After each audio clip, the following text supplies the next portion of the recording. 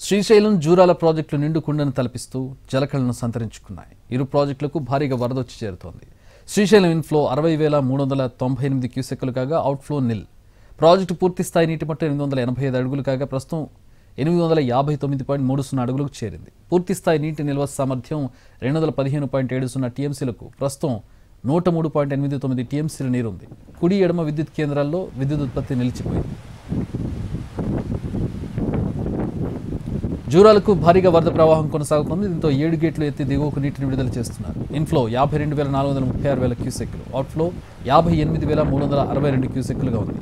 Project పూర్తి నీటి సామర్థ్యం 9.657 టీఎంసీలకు ప్రస్తుతం 7.517 టీఎంసీల నీరు నిల్వ ఉంది. ఎగువ దిగువ జూరాల విద్యుత్ కేంద్రాల నుంచి 11 యూనిట్లతో విద్యుత్ ఉత్పత్తి కొనసాగుతోంది.